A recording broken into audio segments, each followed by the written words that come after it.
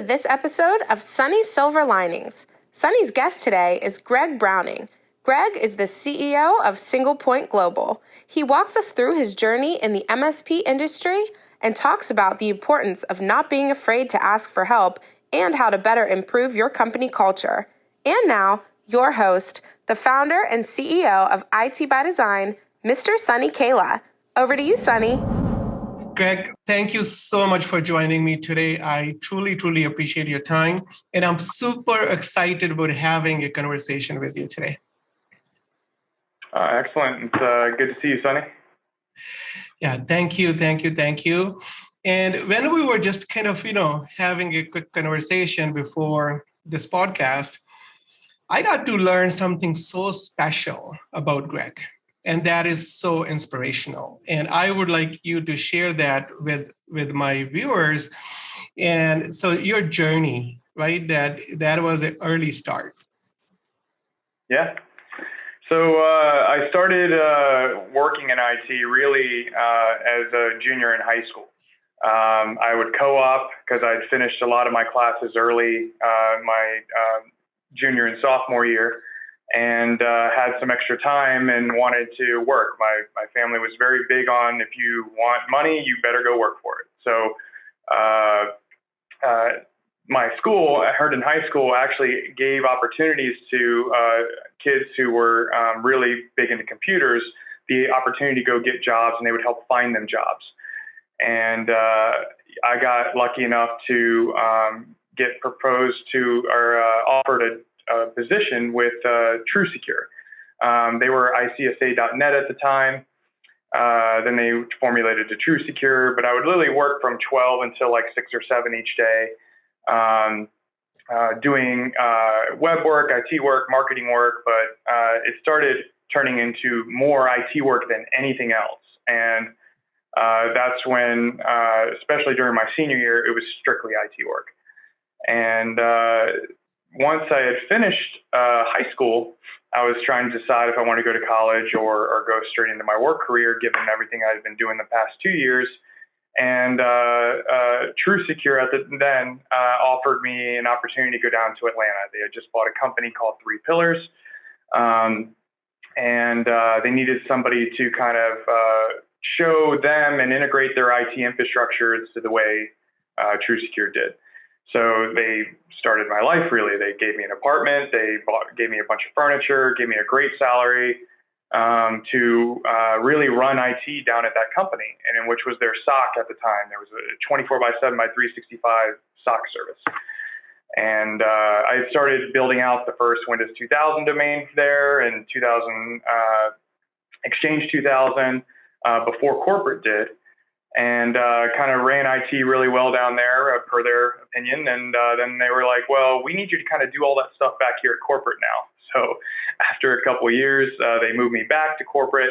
I ended up getting my first house in Ashburn, Virginia, and then started working with the rest of the IT team who I had left in the past, but still continued to work with when in Atlanta, to then upgrade the corporate infrastructure up to Exchange 2000 and Windows 2000, and after we had Active Directory 2000. And once we did all that, they bought more companies over in Europe and Asia, and then became CyberTrust. So during that journey, they needed to integrate all of these organizations over in Europe to the same way. So they got a great opportunity to fly around to many different countries, all around the age of 2019, to get a different cultures and meet different businesses and integrate them all into the CyberTrust infrastructure. Really good journey, really good process and learning during that whole time. I worked with some really smart guys who helped me grow in my IT career. And I was just also a hard studier. I'd always read books and did really well with retaining the IT knowledge. So after a while working for CyberTrust, I left to join a consulting firm here in Ashburn, Virginia, where I worked and built data centers. I was working for DuPont Fabros Technology. We started building data centers for Google, Microsoft, Yahoo, all the big guys, and got to travel around the U.S. doing that stuff for a little while. We went public, And then I decided to start my own thing. I felt like I was young enough, and I realized a lot of problems were still out there with IT service companies in the area and how they were doing business, which really inspired me to take the leap and start SPG, which at the time was Nuco IT Corporation. Yeah, that's awesome. Awesome. Amazing journey. And I know, so I'm going to come back to, SinglePoint Global origin. But what is really, really interesting for me, Greg, is that you kind of became an entrepreneur early on in high school. And then you start building your net worth at 19 when you bought your first house. I mean, not too many kids out there can take that type of accountability for their life. And you started that early on, right? That is super exciting to me. So what made you buy that house? I mean, I'm just curious. It was when I came back from Atlanta. I had already lived by myself for a couple of years, right? And I didn't really want to move back in with my parents. I enjoyed the freedom. They didn't want me back anyway, so they were happy with their freedom. I was happy with mine. So instead of finding a roommate or anything, I could afford it. I was like, I was doing really well, and I just really wanted to have that pressure, if you will, to continue to have that responsibility to drive and bring in income and kind of grow up. And that kept me really focused on what was important in growth and work by having real life responsibilities. I had bills I had to pay. I had a power bill, electric bill, everything, right? And I needed to make sure that was still there and money was still coming in. So it really pressed me to continue my work ethic and do well what I was doing. Yeah, that's awesome. So your parents' message that, hey, if you want to earn money, go out there and work, and talk about raising accountable children. And then you took that advice very seriously, and then you kind of started very early on, and your entrepreneurial journey started actually at that time, right? When you're buying real estate, and at 19. And let's talk about SPG origin. So you mentioned that because of that exit happening for the company that you were working for, but what made you think to start this business? And tell us a little bit about that journey, that how you grew now. You are in the top 10% MSPs in the US. And so how you started from you being an individual entrepreneur or a startup to where you are today. Okay. So yeah, I've been running IT obviously for a really long time prior to this, and I've been working with a lot of different coworkers who gave me their experiences. We talk all the time about where they came from, what they did, and just learning all about different IT environments and troubles and the things that they go through. So when I had left DFT, I really kind of realized that I could take all that knowledge and try and fix and incorporate what needs to happen and try and build that culture myself, and starting into SPG. So I ended up buying a company for its debt to a data center, and that's how I picked up my first 3 clients. The data center was about to turn them off, which was about to bring a bunch of big companies down. The original owner wanted to get rid of it, and so I picked it up for its debt, basically the data center bill.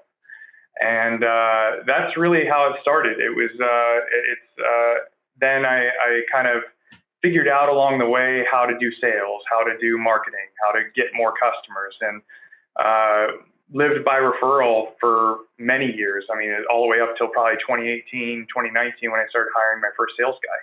But all through that journey back till 2007 was just referrals, right? You're working on doing the right thing for your clients, meeting other people, and trying to figure out what their needs are and solving problems. Throughout that journey, it started off just as IT support, right? As most MSPs do. It was just doing IT support and working for clients to solve their computer needs. And throughout the process, you get big enough, you hit that. It's almost like a ceiling for MSPs when they first start to get above 2 million. How do I get above 2 million or even 1 million, right? It's like, what do I do to get above this threshold that seems to be, because you start worrying about hiring staff and you start worrying about all the costs involved and everything else. And I realized that throughout the years of growth in data centers, I had made a lot of contacts in the carrier space. I mean, I was running conduit agreements and learned how to read a lot of legal at DFT because we were allowing Verizon and Zayo and all these big ISPs to pull into the data center. So I got really good at looking at legal agreements and also helping their business and be able to provide service to our clients. So I called in some favors, right, and started getting wholesale agreements with all of the carriers. And so taking that into SPG, now I started selling circuits. And that brought in a whole new line of revenue for me to be able to sell to my existing clients and run internally, which then led to my next product, if you will, as I started building out our own VoIP infrastructure. Started off setting up our own servers in the data center and getting SIP trunks, to then building our own soft switch and VoIP platform as I hired one of my directors from who basically built a lot of the core infrastructure at a VoIP company. So it went from IT support to circuits to phones, and now I could sell to all my existing clients, right? It's the best revenue is the ones where you can sell products that your clients need to ones that already trust you for doing good work, right? It's faster sales cycle because you don't need to get through that. Man, I don't know you? Do I really trust you for this? And do I sign a 3-year agreement with you regarding these things? Right? It's easier once you've done good work and have had positive feedback for the services that you have given them to introduce them to something new that you're doing and having them work with you on that growth and that journey to getting it deployed and something that they needed. So that turned into then my data center experience, turning up data center infrastructure and building out colo infrastructure, to then managing the routers and firewalls and starting managed services. And then it went into low voltage cabling because all my clients needed cabling. So we started that business. So we just started finding all of these things that we could plug into SPG along the journey to encourage growth. They were products that our clients really wanted us to be able to do for them or find a solution for them to do it. So it kind of, most people I talk to really now start calling us more of a solution provider than an MSP because of all the different solutions we offer to the clients and trying to serve that need of giving them somebody that they can trust for all of their IT services. Yeah, no, thank you. Thank you for sharing that. That is so unique about SPG.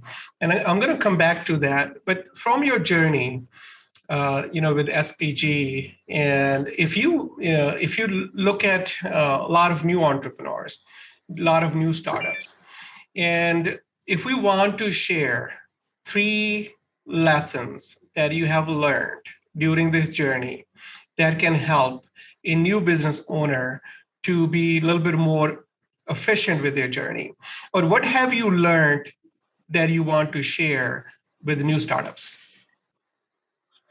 I'd say one of the biggest things that I've learned even recently was don't be afraid to ask for help. I've realized that even in our space, there's tons of MSPs out there. Having a peer group and peers that you can rely on that are in the same space, going through the same struggles, hopefully not in the same market, obviously, but finding other people that are growing with you, that are maybe across the nation or whatever, that you can reach out to and just be like, hey, we're in different markets. We're both growing. Would you be okay with us talking together and figuring out how we can grow together? And I learned that recently through a guy named Jeffrey Bote, and he introduced me to a peer group, and it's been great being able to talk to other MSPs. We're now talking about how we can grow together. We're sharing ways to help our profitability and our P&L, and learning from mistakes. We all bring something to the table. It's definitely one of the best takebacks I've learned as of recently that I wish I did 8 years ago when I was growing SPG. I mean, I had 2 guys who helped me start the business, who invested in me, that were from DuPont Fabros, who I got to rely on their experiences over many years. Tate Cantrell and Jeff Monroe from DFT. who had some successful exits of themselves and were able to help me grow along the way with not having any financial experience, anything, right? So I'd say, and to keep it short, don't be afraid to ask for help, not only from your peers and people you meet along the way, but from a competitor that's maybe in a different market that maybe isn't really a competitor because you guys are not in the same place. I think you'd be surprised how you might be more open to talking to someone that you know you don't have to compete with. And then being able to share ideas and how you grow together. So that's one takeaway I'd say is probably the biggest that I've learned recently. The second, obviously, don't be afraid to try new things. Adding new product lines, they may work, they may not. We were lucky to get all these product lines up, but we had our bumps. We had to change out products in the back end because they weren't working the way they were supposed to or they were sold to us. So trying new things is going to always help promote growth, especially when you feel like you've hit that wall of what else can I do? And finally, I'd say retention. If you got really smart guys, you got to step up and kind of do what you need to do to keep them growing for you. That's not unreasonable. You have to obviously put reason into play here, but having a really strong team that, like the guys that helped me and are still helping me build SPG, super important, right? Their knowledge, their experience, their ability to help take weight off you as the leader, the entrepreneur, to handle divisions and grow and trust them to continue to move forward, and how to address mistakes in the right manner so they feel like they can grow is all important, and communication with that. So I'd say do what you can to keep the people you know would help you grow fast and smart, and try new things, and don't be afraid to ask for help. That's awesome. Awesome advice. So what I heard, Greg, is don't be afraid to ask for help. Don't be afraid to make bigger choices. Try new products, new offerings. Some of them may work, some of them may not work, but you won't know until you test things out and make bigger choices. And the retention of your top talent, where they are your team members, where that they're helping you create that success together, and take care of your people. And that is awesome advice. Thank you for that. Now, I want to talk a little bit more in terms of what do you feel is so unique about SPG? I'd say it would be probably the product line and the multiple different offerings to try and encompass that name that we've kind of lived behind, right? The SinglePoint Global, single point of area of customer experience and someone you can talk to handle a lot of your IT needs. We're never going to handle all of them. That's impossible, right? We have very strategic third-party vendors who are really good at what they do because that's all they do, that I would never dream of trying to bring that in-house. And maybe if you get too big, you always got to figure out something new, right? And maybe I would at that point. But there are certain things that don't make sense, in my own opinion, to bring in early or start off trying to do yourself. I'll give you an example. We rely on a third-party SOC services. We have a staff of maybe 40 guys out in our support operations center where are really busy handling IT support every day. But that also means they probably don't have the time and necessity to look at and work with security alert dashboards from your customers that require minutes of reaction time to go and resolve an issue. And whereas if you hire a SOC as a service company that just does that, their job is to look at alerts, make sure they're not overwhelmed as you partnering with a SOC, and that they're notifying you in a reasonable time to be able to protect your client. And if you try and incorporate that too early when your guys are already too busy handling all these other products, you're not going to do it well. So we said, no, third parties 100%. Knowing what our workload was, having somebody that's their job, that's all they do, they're really smart in what they do, and looking at those alerts, we want them to just tell us what to do. Hey, there's an emergency. Your firewall is getting hit from some random country that's not normal. Okay, now we know that we can go in, lock that firewall down, or block that IP, and we didn't have to worry about somebody not looking at that ticket within an hour or 2 hours or whatever the time frame may be. So I'd say there are definitely things that you can do yourself, and certain things that you should always still, or till you get large enough, rely on partners to help you grow with. And I'd say the SOC as a service for us was the best and smartest thing, because that's what they do. They're really smart in security. We're really good at managing and administering things, and putting all that product line together. So I'd say, back to your question of what makes us unique, I'd say it's the full length of services, whether offered by SPG or by a third party, and providing that into a portal, which we've built, if you want to call it that, our IP of it's a custom portal that integrates all these products and provides customers a single pane of glass of all of the offerings we serve. Yeah, so is that the ownership stays with you, and for customer, there is one central responsibility center, which is so they just call that number, and that is so important and so valuable. With what you just shared with us, you got to know your trademark strengths, and then you need to find collaborators to outsource everything else, but be that single point of contact for the customer, because they don't have, so that they don't have to go to multiple people or companies. So know your strengths, be in that swim lane, and find collaborators where they can complement you and provide that complete service to that small business. So thank you so much for sharing. Now, in terms of employee hiring, retention, you did talk about that a little bit, how important it is for you to take care of your people that are building together with you. Now, can you share some ideas, some strategies that you are using and they're working for you that can help other small business owners in terms of hiring, retention? What's working for you, and what are some ideas and strategies out there? Yeah, I would say I don't think any employer has this perfect, right? It's 100% a balance of trying to give the employees what they need, but also what makes business sense. And that balance is tough, especially when you're in a really competitive market. I mean, we have Microsoft, Amazon, data centers all around us that we're competing with every day with staff.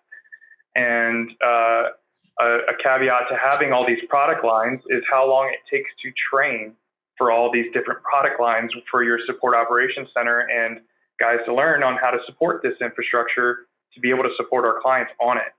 So employee retention for us is really important.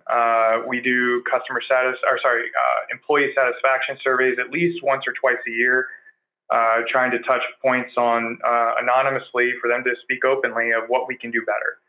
And then I get with my management team and say, okay, how much of this stuff can we tackle?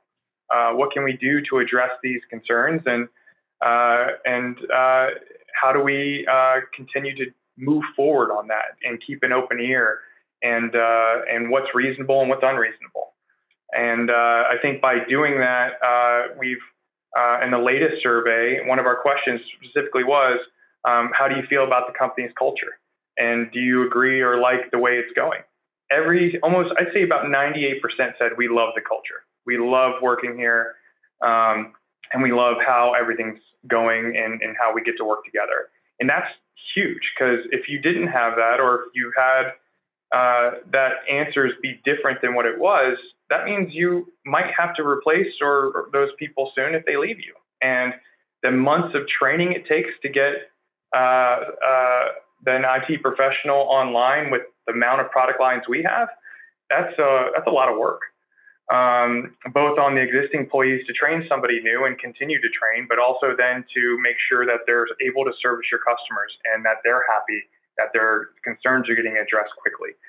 So for us, again, I definitely don't think we do it perfect. We do have all the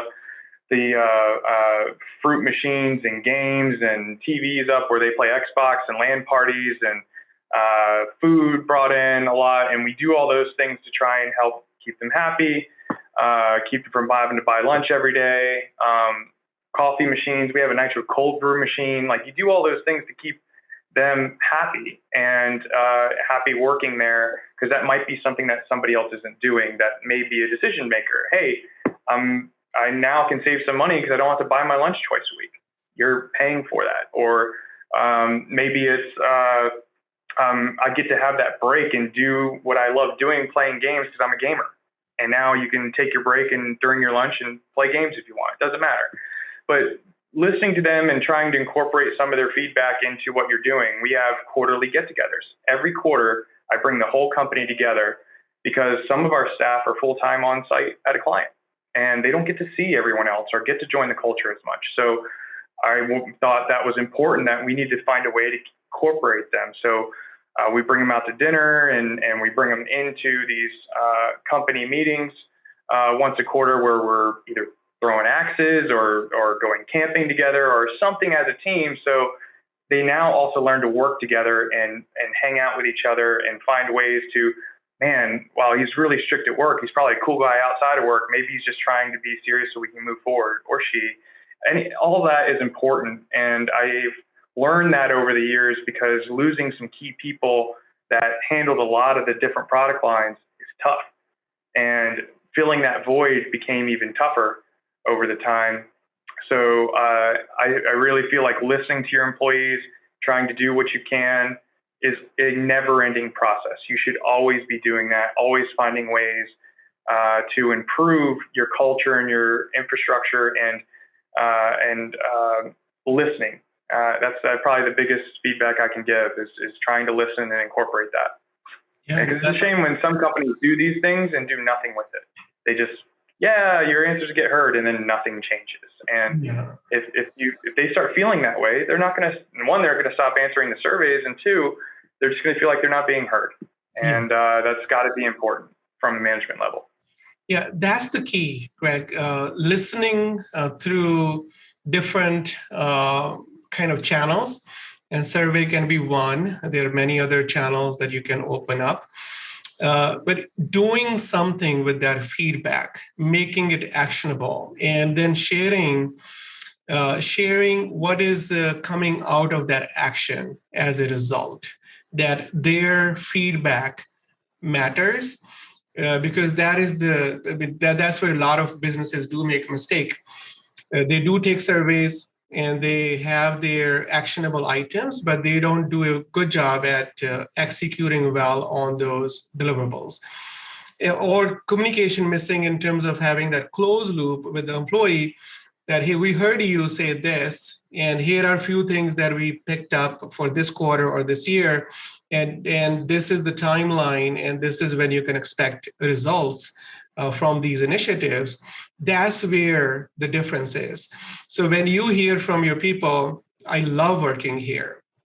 At the end of the day, the way I define culture, Greg, is that it's a feeling. If the feeling is that I love working here, that means it's a good culture. People are having the right experience, because surveys or anything that we are using, these are just like sensors in a car.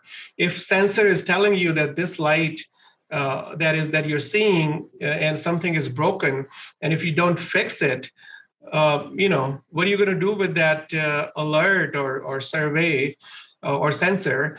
So you got to take that alert seriously and fix the root cause. It could be engine, it could be transmission, it could be something else. Until you take care of that, then the sensor is just going to sense and give you the information. But if you don't take that information and make it actionable, it doesn't matter. And I love about SPG culture, where people are saying, okay, I love working here. There must be something that you're doing so amazing. And I understand no one is perfect. If there is a business owner out there that says, okay, I got this, I have arrived, I know everything, then that's a question mark for me. because you never arrive.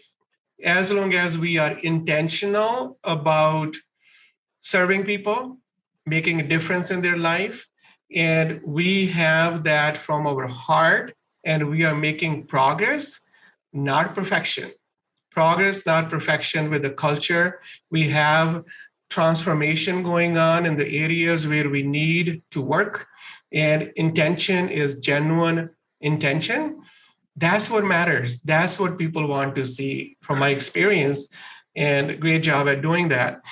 Now, and we still have faults too. I mean, one of the things, the feedback I got was we'd like to hear from the CEO more, because I have my good managers that speak out a lot, and a good VP of sales who sends out rah-rah emails and things going on. But one of the feedback was that, hey, we need to hear from you more. Even though and that's true. I don't send enough out myself.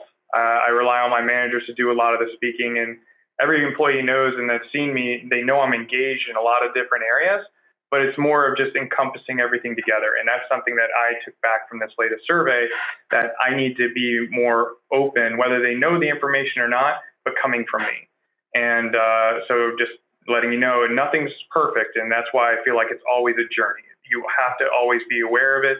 You may start one thing and then start slacking off on that thing, and then people really like that, so they remind you how much you need to be there, and it comes right back up to the table. So and thank you for being very open, honest, and transparent there, because every progress starts with facing the truth and being able to take feedback well, and being committed to make progress in the areas where we do need to make progress.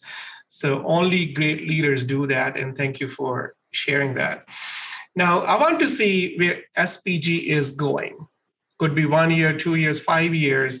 I want to share that vision. I want to share, what are your kind of key, maybe top 2 to 3 challenges and opportunities that you see for SPG, where you are today, where you're going. Can you share your vision with us?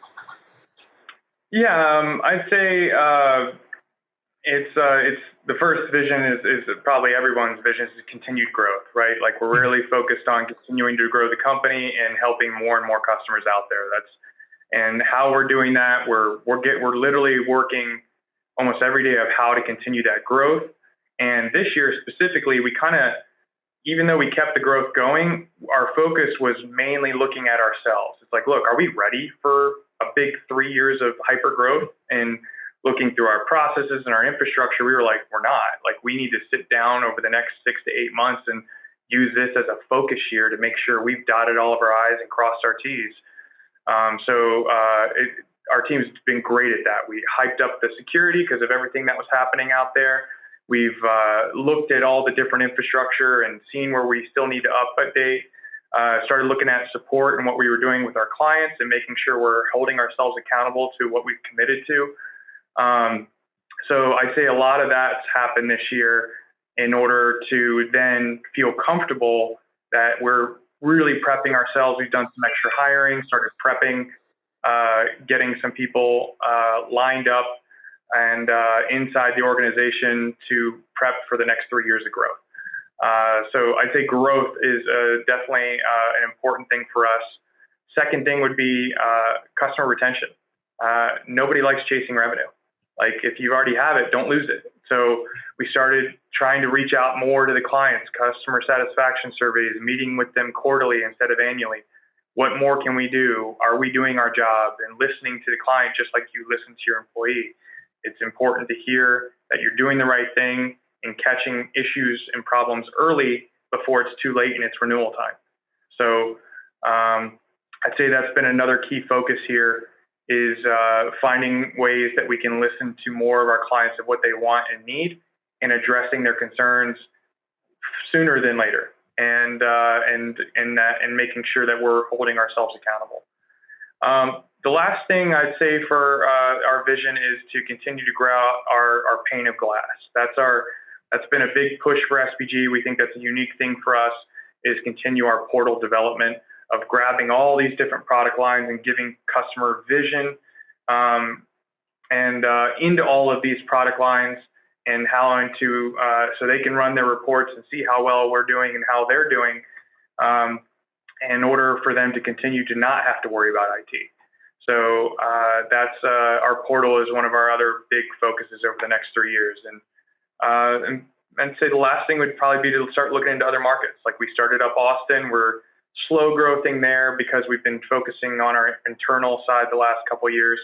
But that is one of our next big markets that we're going to start tackling is the Texas area, and trying to bring SPG into a different market. Because right now we're still primarily in the DC, Virginia, Maryland.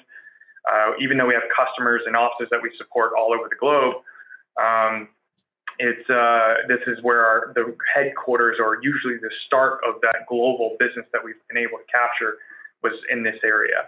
And over time, they've moved out, or maybe they just have other satellite offices. We've been able to handle or take on into the SPG role, which really helped our growth.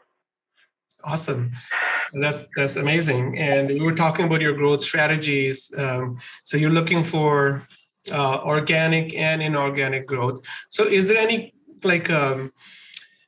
size of MSP that you're looking for? So to grow into Texas, are you looking for in terms of endpoints or number of people? I know there's a lot of M&A going on in the channel. So what are you looking for? What kind of MSPs, what size MSPs you're looking for? I mean, we're really kind of new to this and we're still trying to figure that out. We've never purchased a company before. We've grown strictly organically over the years without buying a company, right? And we're getting to that level, and I'm starting to rely on friends and other friends who've done this to learn how to do it and do it right. And because I don't want to make, you're going to make mistakes, but obviously you want to keep that small. So I'm still putting together that business plan of what it looks like, how we would then integrate it. So we're doing all the prep work, right? It's almost like you need a whole new business plan, as I've been told, before you start going out and doing M&As. How are you going to incorporate them? What products are you going to bring to them that they may not have? What MSPs are off the table? What are not what you need or would not fit your culture or how you do things? And trying to address much of that before it comes down to going out and looking for them. So I'll honestly say we're still in that figuring out process. Obviously, I'd love to find more companies that are like us, but that's hard and difficult. And then also, it's this year is with us looking into ourselves has also helped us find what we want to look for. And I think that's going to play a big part in this business plan when we put it together to help identify what we want. Yeah, but I couldn't really tell you what we need now. I'm still trying to figure it all out myself. Yeah, yes. No, I love this conversation because it's so authentic and it comes from your heart. So I have one more question just because of that reason.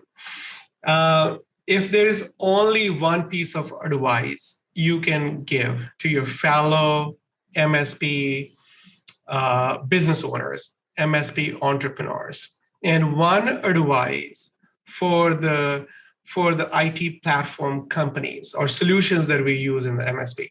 So one piece of advice for MSP owner, one piece of advice for companies with PSA and RMM tools and any other major solution that is there. We know we have a lot going on where recent reports do show that MSPs are not satisfied with the IT platforms. So what is your advice to them, and what is your advice to other fellow MSP entrepreneurs? I mean, to the RMMs out there, listen to the people who are your customers. I mean, that just like we have to listen to our customers and ensure their growth. There's RMM platforms coming up all the time, and if you want to keep your MSPs with you, you need to start listening to what concerns them. If you don't keep working on that and help protecting them, they're going to go to others who are listening to them and help protecting them. So I'd say security has to be one of their primary focuses, just like it's in all of our MSPs. That needs to be one of the primary focuses, is to protect your clients. I'd say the advice I'd give to other MSPs out there is to make the time to look at yourselves.